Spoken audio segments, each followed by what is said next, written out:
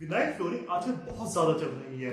बड़े बड़े महंगे घरों से लेकर ट्रेन के डब्बों तक में ये देखने को मिलती है। लेकिन क्या इसका मतलब ये है कि आपको भी यही लगानी चाहिए? सच पूछिए तो मैं नहीं जानता। हाँ, लेकिन मैं आपको इसके फायदे और नुकसान जरूर बता सकता हूँ, जिस वजह से आप जान पाएंगे कि आपको इसका इस्तेमाल करना चाहिए या नहीं।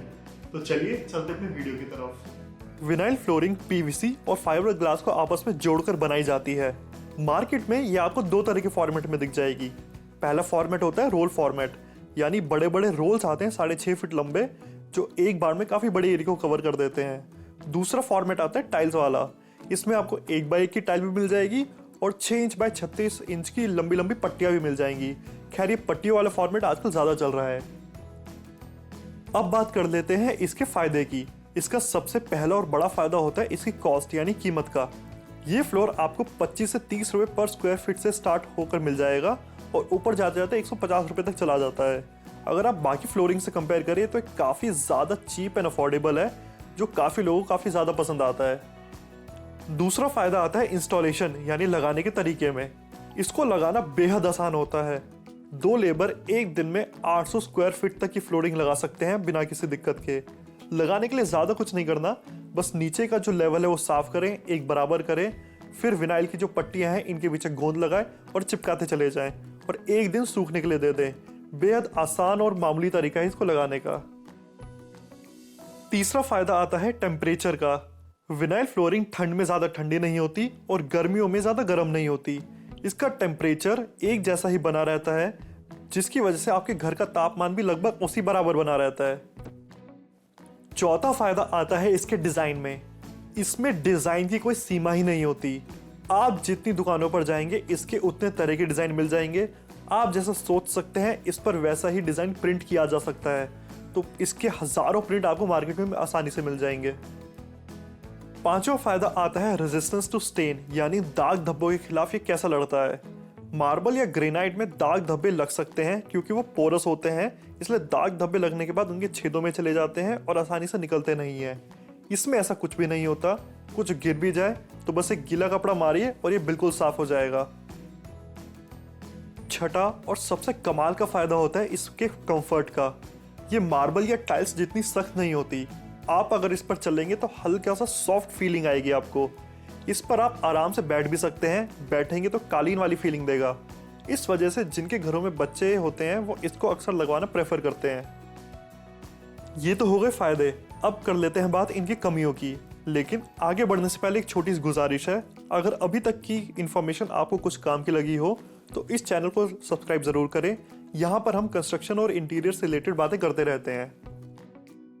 चलिए अब आगे बढ़ते हैं। सबसे पहली और बड़ी कमी आती है इफेक्ट ऑफ हीट, यानी गर्मी का इस पर क्या प्रभाव होता है।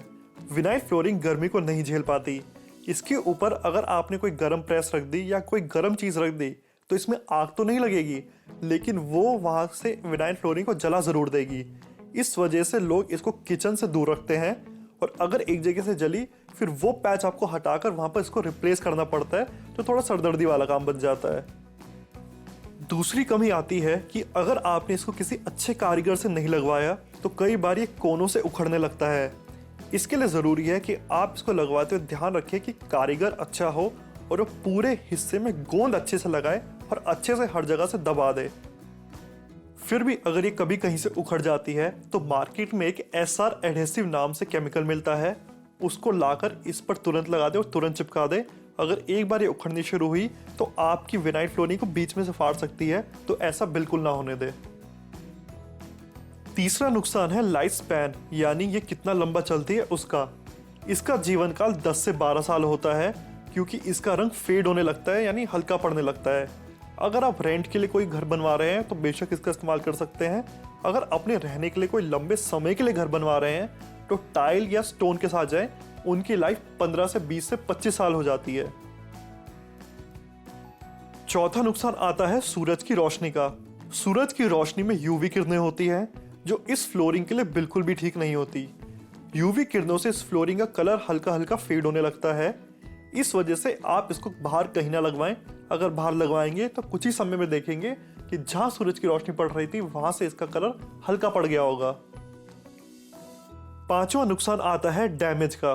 लेकिन ये नुकसान तभी होता है अगर आप 1 mm से पतली विनाइल फ्लोरिंग का इस्तेमाल कर रहे हैं। मेरी मानिए तो 1 mm से पतली फ्लोरिंग कभी भी इस्तेमाल ना करिए। वो एक चार्ट पेपर बराबर मोटी होती है। अगर आपने कोई भारी चीज़ उस पर खिसकाई जैसे फर्नीचर, तो वो हाथ के हाथ फट जाती है। तो 1 mm से कम तो बिल्कुल भी इस्तेमाल ना करें। और ज़्यादा अच्छा रहेगा अगर आप कम से कम 1.5 mm की लगवाएं, तो वो लंबे समय तक चल पाएगी।